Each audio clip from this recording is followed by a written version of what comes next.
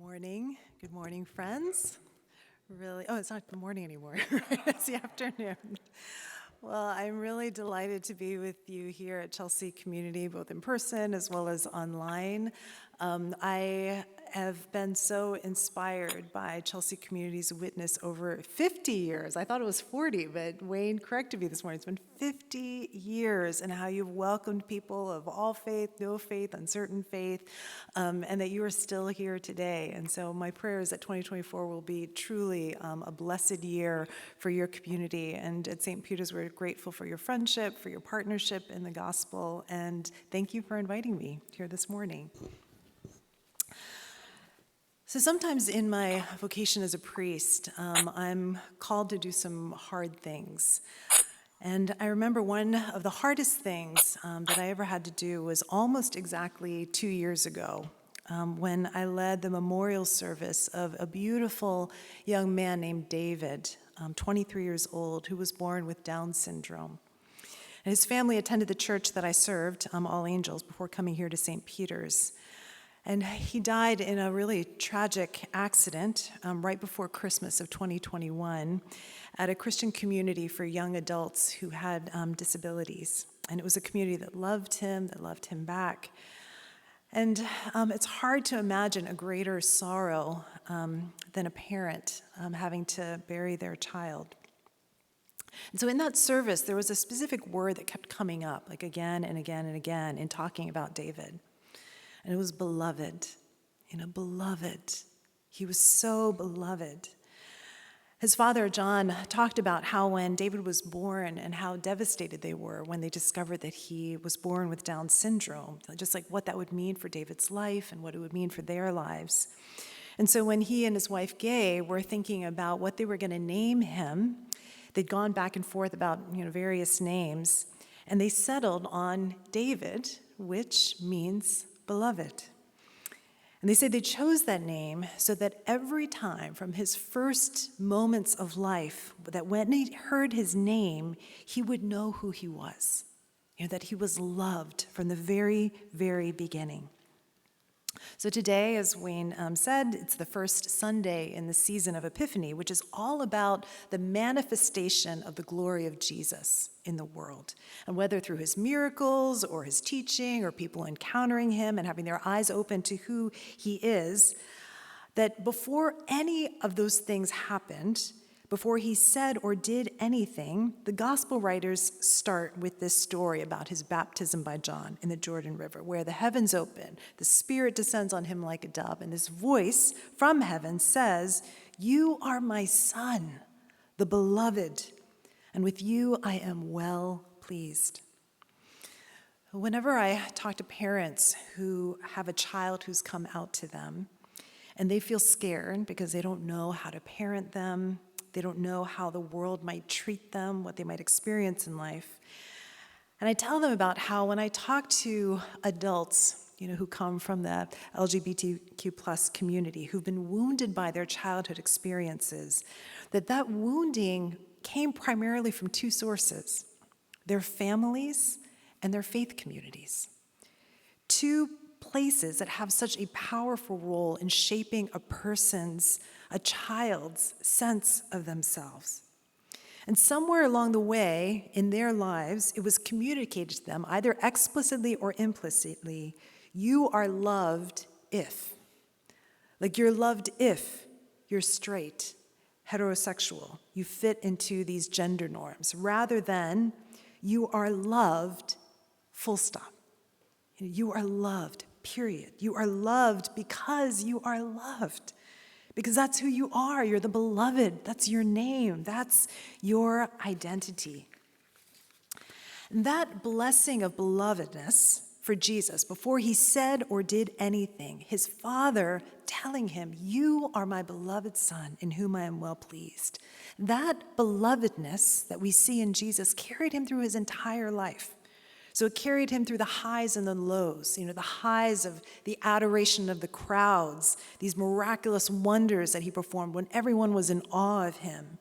And it carried him through rejection, by those very same crowds who were once lifting him up now calling for his death. It carried him through abandonment and betrayal by those who were the closest to him. That blessing of belovedness fortified him when he was on his knees in the Garden of Gethsemane, praying to his Father, "Not my will, but your will be done." And that blessing of belovedness held him even when he was crying out on the cross, my God, why have you forsaken me?"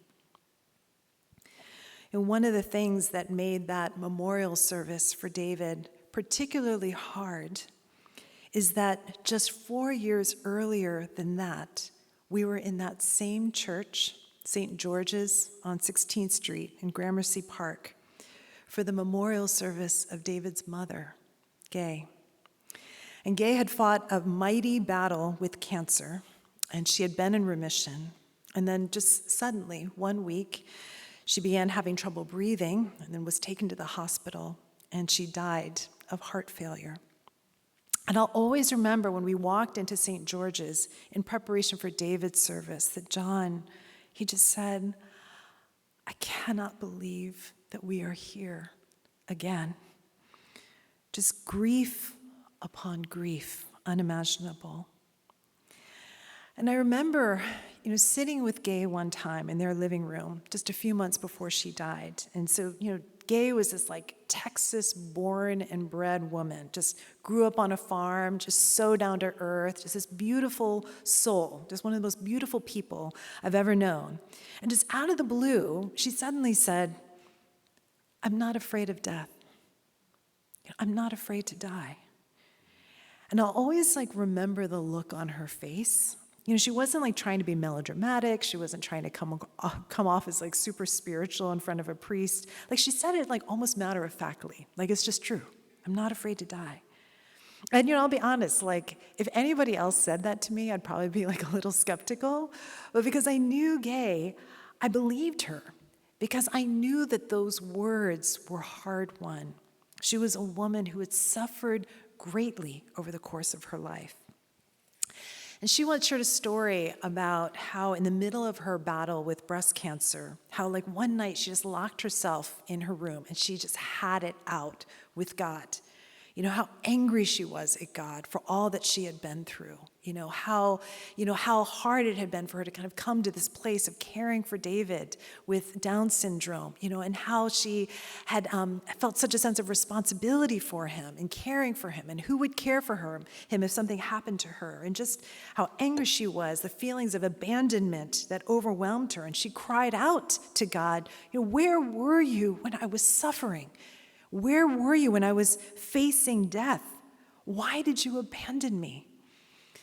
And then she said, just sort of suddenly, out of the blue, she said, "God came roaring back at me, kind of like Aslan from the Chronicles of Narnia, like a lion." And she said that God said, "I was with you in your friends who came and held your hand and prayed for you while you were going through chemotherapy. I was with you in the loved ones who brought you meals and who prayed for you and who laughed and cried with you. I was with you in that valley of the shadow of death. I never left your side." And I remember her saying, she had been so angry at God, and then God came roaring back at her, and she said, "It was kind of terrifying." It was kind of terrifying how fierce the love of God felt in that moment. It was like suddenly being able to see that God was with me that entire time, close and personal and in the flesh. And that was a turning point for her, knowing that the fierce love of God for her that said to her in these words of the prophet Isaiah, "Do not fear, for I have redeemed you. I have called you by name. You are mine. When you pass through the waters, I will be with you. And through the rivers, they shall not overwhelm you. When you walk through the fire, you shall not be burned, and the flame shall not consume you." And Gay chose to believe that. And that's why she was able to say, "I am not afraid of death. because she knew that when that moment came to her, as it did on Saturday, January 20th, 2018, and it's like I had this picture in my mind of Jesus coming to her like Aslan, in that hospital room, and her rising from her bed with her hand on his mane, and them walking together from this life through death and into glory. The writer of the Song of Solomon said that love is as strong as death. But he didn't yet see the full picture. Christ, who is the beloved Son, his life, his death, his resurrection shows us that love is actually stronger than death. And in Hebrews 2, it says, since the children, he's talking about us, share flesh and blood, he himself likewise shared those same things, so that through death he might destroy the one who has the power of death, that is the devil, and free those who all their lives were held in slavery by the fear of death. And that's what the inheritance of the children of God is. It is freedom born out of love. There's that old Janis Joplin song, Me and Bobby McGee. And there's a line in there that I love that says, freedom's just another word for nothing left to lose.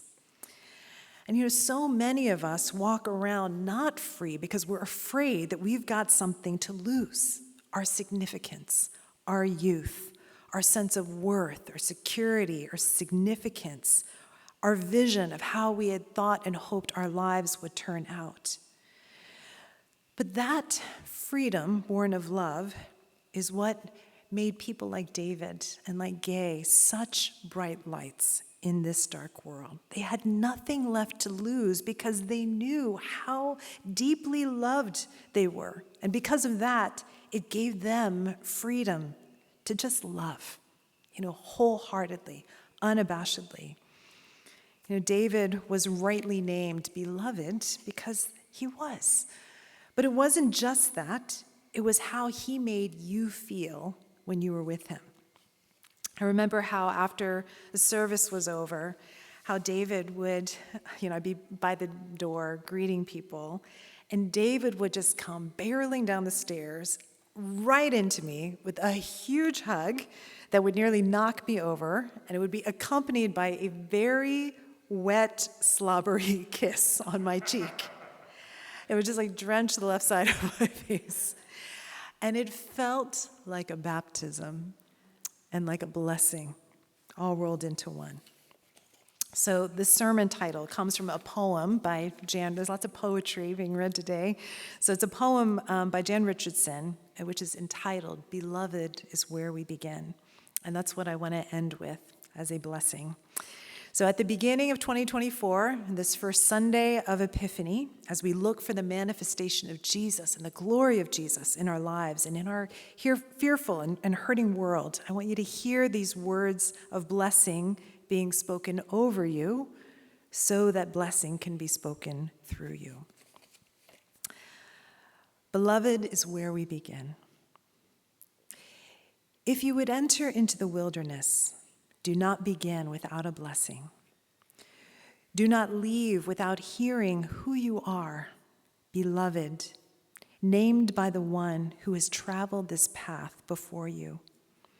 Do not go without letting it echo in your ears. And if you find it is hard to let it into your heart, do not despair. That is what this journey is for. I cannot promise that this blessing will free you from danger, from fear, from hunger or thirst, from the scorching of the sun or the fall of night. But I can tell you that on this path there will be help. I can tell you that on this way there will be rest.